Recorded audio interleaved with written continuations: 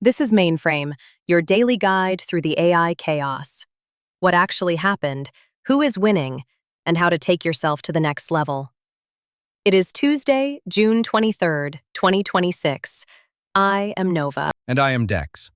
Quick, honest note before we dig in. The voices you are hearing are AI, but the reporting, the digging, and the opinions are all human-made. If you want to stay on top of this stuff, subscribe wherever you are right now, the podcast feed, YouTube, or the free Mainframe newsletter that drops every story and every link in your inbox each morning. Get all three. It is free. On today's Mainframe, the same week AI got good enough to patch the world's software, it also got good enough to be tricked into robbing you. We will trace that thread. Plus, Anthropic puts Claude inside your Slack as a coworker. Micron writes itself into Anthropic's cap table. And 2 tools you can install before lunch. Let's get into it. The board. Step back and look at where the money actually sits. Last month, Anthropic closed $65 billion in Series H funding at a $965 billion post-money valuation. Anthropic raised $65 billion in Series H funding led by Altimeter Capital, Dragoneer, Green Oaks, and Sequoia Capital. For context on the trajectory, the company said its run rate revenue crossed $47 billion earlier this month, and the Wall Street Journal reported the startup expects a 130% revenue surge to bring it to its first operating profit. And note who is on that cap table now. Joining them are strategic infrastructure partners, Micron, Samsung, and SK Hynix, whose technologies play a critical role in the world's supply of memory, storage, and logic chips. Then yesterday, Micron made it concrete. Right. On June 22nd, Micron announced a strategic agreement with Anthropic, spanning memory and storage AI architecture design, supply and demand, enterprise adoption of Claude across Micron, and a strategic investment in Anthropic's Series H round. Here is why that matters in plain terms. The bottleneck in AI is no longer just the chip that does the math. It is the memory feeding that chip. This effort is expected to drive advances in memory and storage performance, energy efficiency, and enhanced token economics in Anthropic's AI infrastructure. Token economics. That is the phrase. Cheaper memory means cheaper tokens, means the price you pay per million words keeps falling. So what does that mean for someone who is not buying gigawatts of compute? It means the floor keeps dropping under you. If you are a solo builder or an agency operator, the model is becoming a commodity input, like electricity or bandwidth. You do not win by owning it. You win by what you wire it into. The labs are spending $1 trillion so you do not have to. Your leverage is not the model. It is the workflow, the data, and the trust around it. Which is, conveniently, exactly the story in the rest of today's news. The Wire. Story 1. Anthropic is putting Claude inside your Slack as a teammate. Anthropic launched Claude Tag on Slack, letting teams tag Claude in channels to delegate tasks, build context over time, and work asynchronously with controlled access to tools and data. It is available today in beta for Claude Enterprise and Team customers. The eye-popping number? Today, 65% of Anthropic's product team's code is created by their internal version of Claude Tag. Think of it less like a chatbot and more like hiring a contractor who lives in one specific channel, only sees what you let them see, and remembers the project. Claude works asynchronously. Set it a task, focus on your other priorities while it works, and it can schedule tasks for itself, pursuing a project autonomously over hours or days. Story 2. And this is the dark mirror of that same power. Security firm Tenet Labs disclosed an attack they call agent jacking. An attacker injects malicious instructions into a Sentry error event using only a publicly available DSN credential, causing AI coding agents such as Claude Code, Cursor, and Codex to execute attacker-controlled shell commands on the developer's machine, with no prior compromise and no authentication required beyond the DSN. Sentry is the error tracking service developers wire into their apps. The DSN is the key that lets your app report crashes, and it is meant to be public, sitting right in your front-end code. Coding agents read Sentry through the Model Context Protocol, the standard that lets agents pull in outside tools. The agent treats the response as trusted. It cannot tell a real crash from a planted one. So when the developer says, "Fix the unresolved Sentry issues," the agent runs the attacker's command. The numbers are ugly. An 85% success rate across the most popular agents on the market, including Claude Code, Cursor, and Codex, with at least 2,388 organizations exposed with valid injectable DSNs. And the part that should keep you up at night: every step is authorized, so EDR, web firewalls, IAM, VPNs, and firewalls register nothing worth flagging, and prompt layer defenses did not help. The agents ran the payload even when system prompts told them to ignore untrusted data. The analogy? You hired the brilliant contractor, and a stranger slipped a forged sticky note into your inbox saying, "Run this," and the contractor just did it. Sentry's response is the uncomfortable footnote. Sentry called it technically not defensible and applied only a string filter for the proof of concept. So the fix is not coming from upstream. It is on you. Hold that thought, because it is the whole deep dive. First, the tools. Repo Spotlight. Pick one, riding the trending list. Anthropics/skills, Anthropic's own public repository of agent skills for Claude. Anthropic's skills repo gained 519 stars in a single day.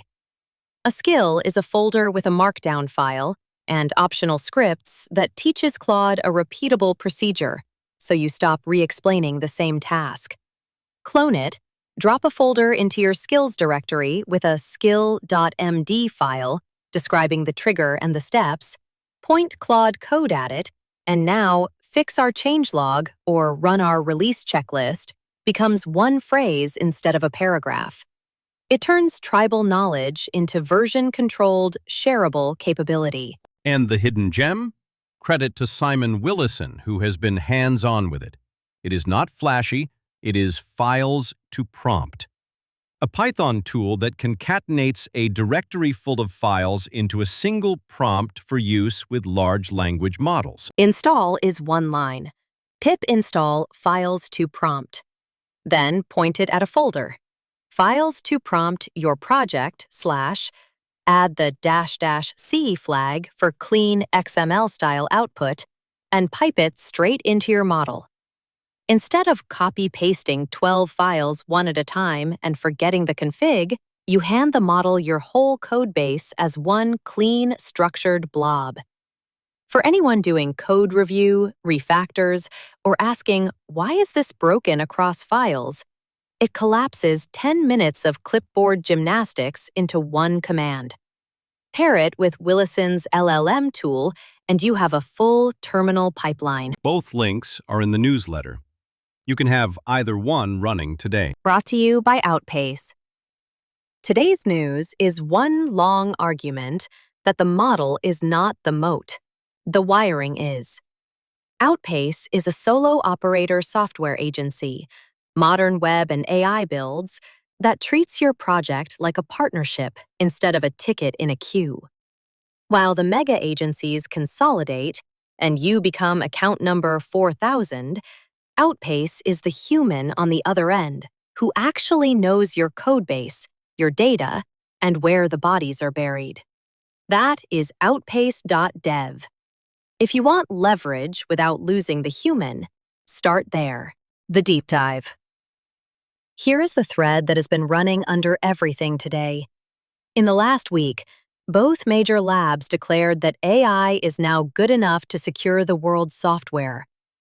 OpenAI announced Patch the Planet on June 22nd, a daybreak initiative built with Trail of Bits, pairing AI-assisted security research using GPT 5.5 Cyber, which set a new 85.6% benchmark on CyberGym, with full expert human review before any finding reaches a maintainer.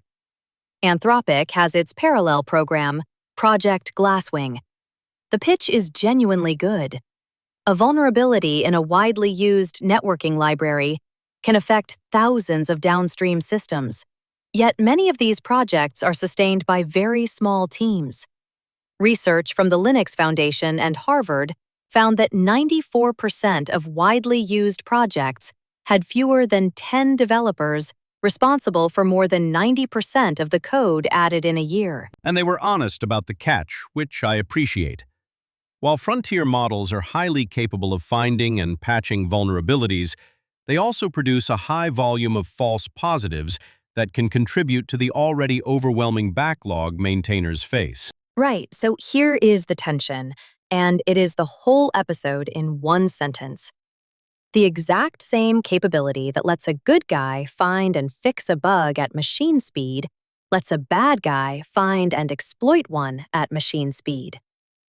Patch the Planet is the AI as defender. Agent jacking is the AI as the unwitting accomplice. Same engine, opposite ends. The labs are racing to patch the planet precisely because they know the planet is about to get attacked faster than humans can respond. This is not philosophy. It already landed on 2,388 organizations. So the obvious question from a listener: I am not a frontier lab, I just use Claude Code and Cursor every day. What do I actually do tomorrow morning? Concretely. 1. Audit your MCP connections right now. Open your agent's config and look at what tools it can reach. The defenses that work are audit MCP connections, rotate or proxy DSNs, sandbox execution, require human approval for shell commands, and deploy hardened configs. 2. Turn off auto run for shell commands. The 15% of attacks that failed were mostly agents that asked for confirmation before running unfamiliar commands. That confirmation prompt is the cheapest seatbelt you will ever install. 3. Treat any data your agent pulls from an outside service, error logs, tickets, scraped pages, as untrusted input, not as instructions. 4. Rotate the credentials that live where the agent can see them, your AWS config, your NPM tokens, your Git credentials, and move them out of the agent's blast radius. 5. The strategic one. Run your agent in a sandbox or a container with no standing access to production secrets. The lesson of agent jacking is that the model cannot reliably tell a real instruction from a planted one. So you stop relying on the model's judgment and you put the guardrail in the runtime around it. And that is the opening for an operator, honestly. Most teams have wired these agents in and given them the keys to everything because it was fast. Exactly. The same week the labs proved AI can patch the planet, they proved your setup probably needs patching first. If you build, the work is no longer just shipping features, it is owning the trust boundary around the thing you let act on your behalf. That is a service. That is a product. That is leverage. The close. Your level up this week? Turn off auto-execute on your coding agent and audit every MCP connection it has. 10 minutes, and you step out of the agent-jacking blast radius. That is the single highest return move on the board today. And if you got something out of this, subscribe to the free Mainframe newsletter. Every story we covered, every number, every link, the 2 repos, and the deep dive action steps written up and in your inbox each morning. No fluff, no spam. We find the signal so you do not have to drown in the noise. I am Nova. I am Dex. This has been Mainframe. Go patch something. See you tomorrow.